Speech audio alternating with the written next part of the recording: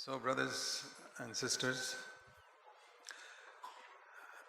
it says in Genesis chapter 1, और भाइयों और बहनों, उत्पत्ति 1 अध्याय में कहते हैं, in the first two verses of scripture, और वचन के पहले 2 वचन, that when God created the heaven and earth, it was perfect. और परमेश्वर ने आकाश और पृथ्वी की एक सिद्ध रचना की।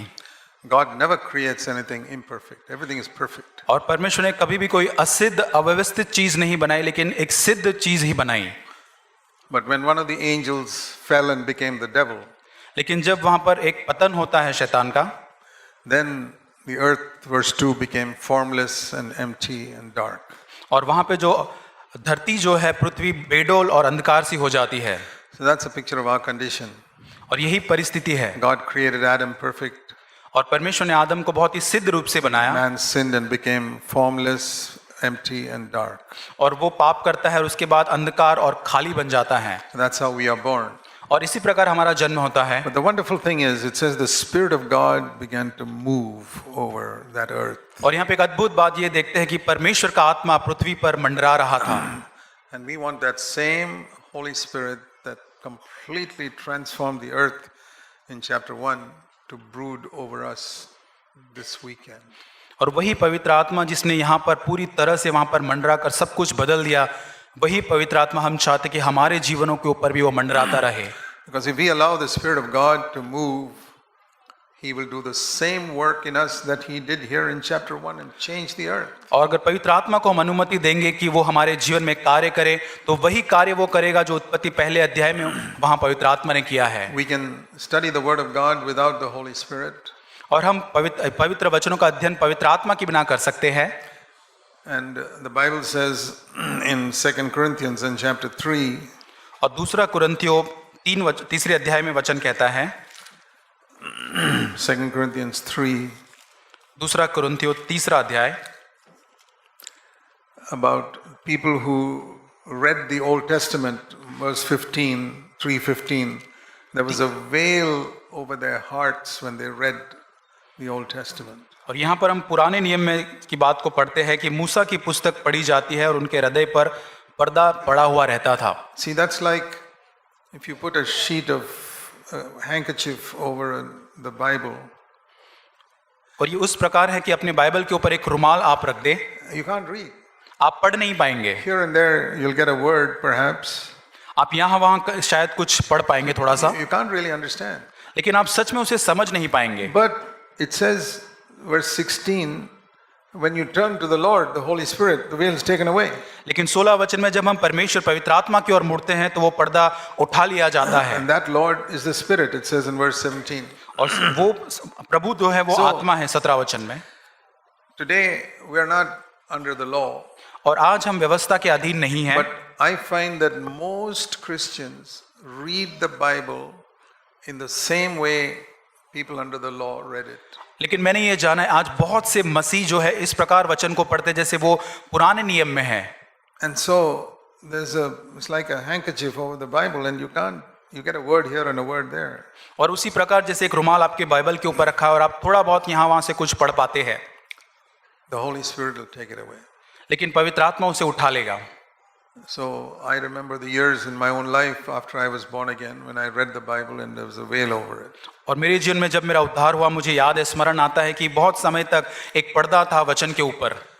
And I could study the Bible like I study a book in school or college. और मैं वचन का अध्ययन करता था, लेकिन एक स्कूल और कॉलेज के अंदर एक पुस्तक का अध्ययन करने के समान था। You can study science or mathematics in a college and become really good at it. और जो लोग हैं कॉलेज के अंदर साइंस या मैथ्स पढ़ते हैं और बहुत ही अच्छी तरह से उसको करते हैं। And the same way you can study the Bible with the same way with your mind and become really good in your knowledge of the Bible. और उसी प्रकार हमारे मन से पढ़कर हम बहुत ही इसके अंदर बुद्धि प्राप्त कर सकते हैं। But you can be very good in science and mathematics and still commit adultery. लेकिन आप साइंस और मैथमेटिक्स में अच्छे होकर भी व्यभिचार कर सकते And हैं। you can be very good in the Bible and commit adultery. और आप वचन का ज्ञान रखते हुए भी व्यभिचार कर In सकते other हैं। words, your knowledge, your study does not change your life in college. और इसका मतलब यह है कि आपका ज्ञान, आपका अध्ययन कॉलेज में आपने जो किया उससे आपका जीवन परिवर्तित नहीं होता We है। can get knowledge of various doctrines in the Bible in the same way. और उसी प्रकार बाइबल के अनेक सिद्धांतों का ज्ञान मैं प्राप्त कर सकता हूँ। So if you find that you're increasing in knowledge of the Bible. और जैसे हम देखते हैं कि अगर हम बाइबल के ज्ञान के अंदर बढ़ते हैं, And if you're coming to our CFC churches, you probably have more knowledge of truth than almost anybody in India. और अगर आप CFC कलीसिया में आते हैं तो भारत के किसी भी कलीसिया से बढ़कर आपके अंदर अधिक ज्ञान होगा। I'm sure of that. और मुझे निश्चय है, You can commit worse sins than other people.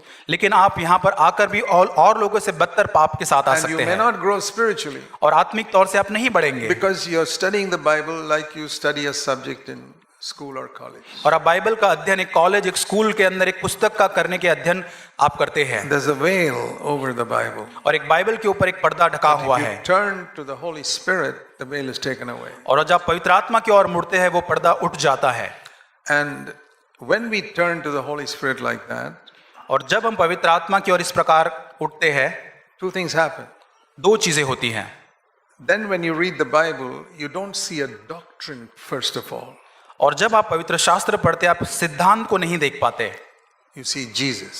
आप यीशु मसीह को देखते हैं। Very few people see Jesus in the Bible. और बहुत कम लोग यीशु मसीह को बाइबल में See, देख all पाते these हैं। different denominations in Christianity, they argue about doctrine. और बहुत सारे संप्रदाय मसीह जगत के अंदर है जो इस सिद्धांतों के साथ लड़ रहे हैं। In my younger days, I thought I could argue and convince people about doctrine. और मेरे जवानी के समय में लोगों के साथ झगड़ता विवाद करता कि उस सिद्धांत के साथ मैं उनको बता सकूं। I've discovered that even if you convince that person, his life has not changed. और मैंने इस चीज को देखा कि अगर सिद्धांत के पीछे लगे लेकिन फिर भी जीवन नहीं परिवर्तित I've है। seen people, I've personally seen people with the highest form of doctrine fall into adultery मैंने व्यक्तिगत रूप से देखा है कि बहुत ही उच्च स्तर के सिद्धांत उनके हैं लेकिन व्यभिचार में वो पड़े and हैं tell lies और वो झूठ बोलते हैं and hurt others. और औरों को नुकसान That पहुंचाते हैं, doctrine was absolutely perfect. और उनका जो सिद्धांत है बहुत ही सिद्ध है, And they were worse than unbelievers. और वो एक अन्य जाति से भी बहुत बदतर है। I've seen it. और मैंने देखा And है I learned something through that. और उसके द्वारा मैंने कुछ सीखा है। That if you study the Bible to get a doctrine, अगर आप वचन का अध्ययन केवल सिद्धांत पाने के लिए करते हैं, like the Pharisees, you look down on other denominations, say, we have better doctrine than you. और अगर फरीसी के समान आप और जो मन के लोग हैं उनके सिद्धांतों को अगर नीचा देखते हैं और अपने सिद्धांत को ऊपर Your देखते life हैं, will not change. आपका जीवन परिवर्तित नहीं होगा। You will fight and quarrel with your wife just like those unbelievers do.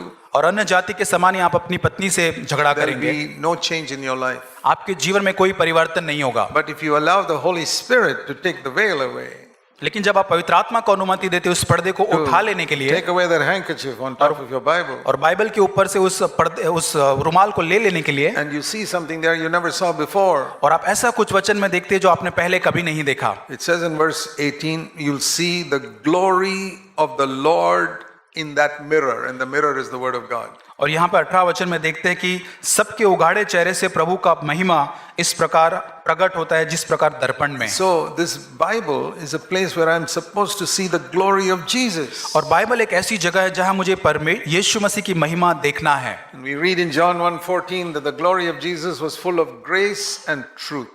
और हम यूहन्ना 1:14 में देखते हैं कि परमेश्वर की महिमा पूरी तरह से सत्य और अनुग्रह के साथ है।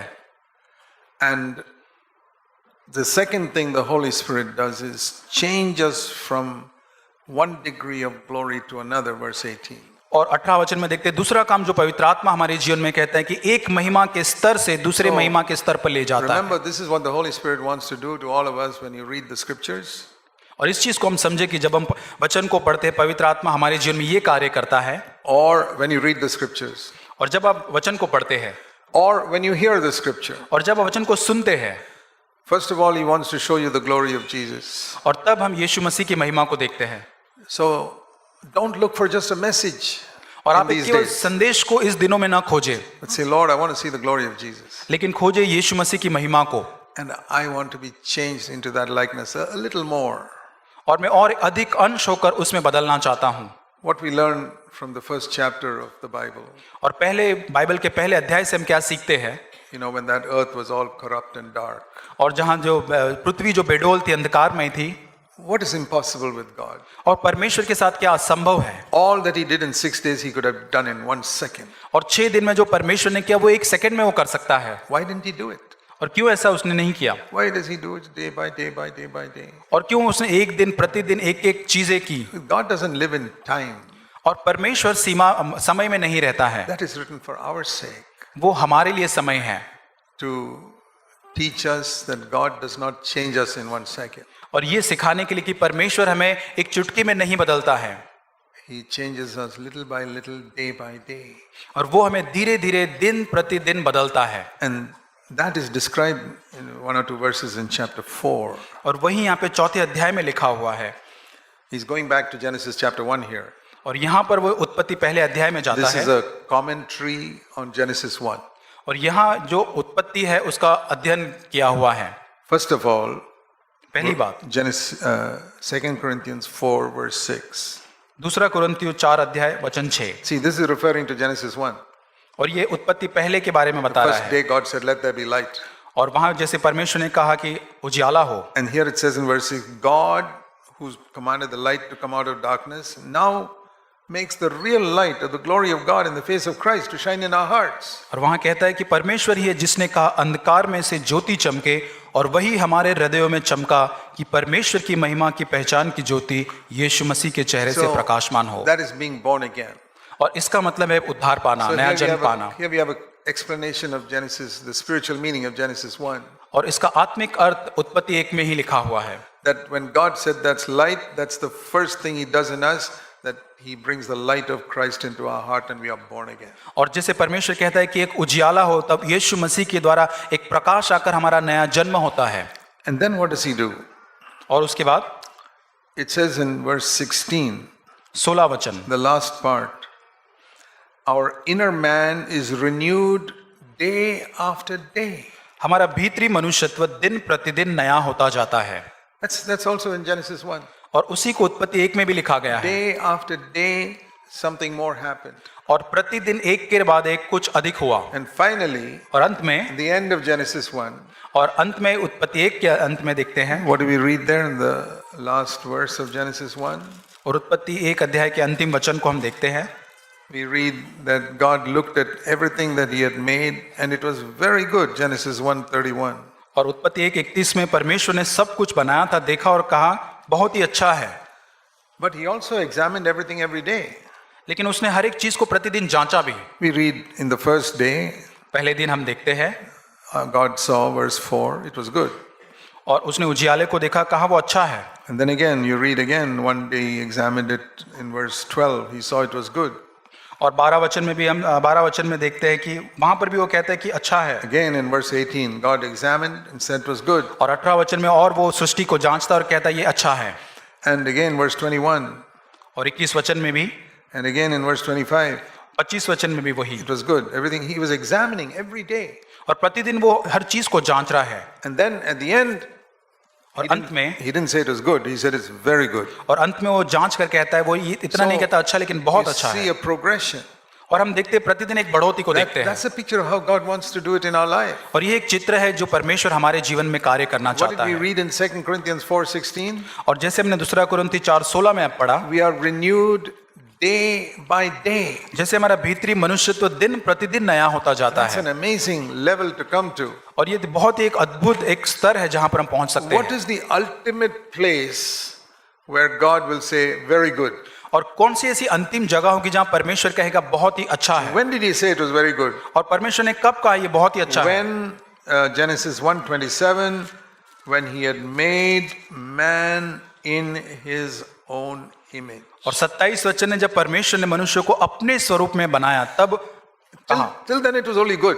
और तब तक सिर्फ अच्छा था। But when man was in the image of God, He said, very लेकिन जब मनुष्य परमेश्वर की प्रतिमा में आ गया तब उसने कहा ये बहुत अच्छा है। man and woman. और नर और नारी। So there is a place to which God is bringing us when He'll say very good.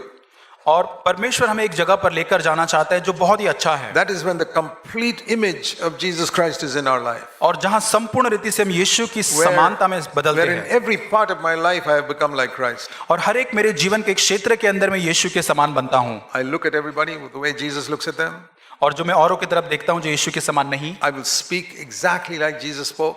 और मैं उसी प्रकार बात करूंगा जैसे यीशु ने बात किया। I will think like Jesus used to think. और मैं वही वैसे ही सोचूंगा जैसे यीशु मसीह I will सोचता have the था। same attitude towards everybody like Jesus had. और औरों के प्रति मेरा वैसा ही स्वभाव होगा जैसा यीशु का था। I'll be completely like Him. और मैं पूरी तरह से यीशु के जैसा बन जाऊंगा। And that's what we read in 1 John in chapter 3.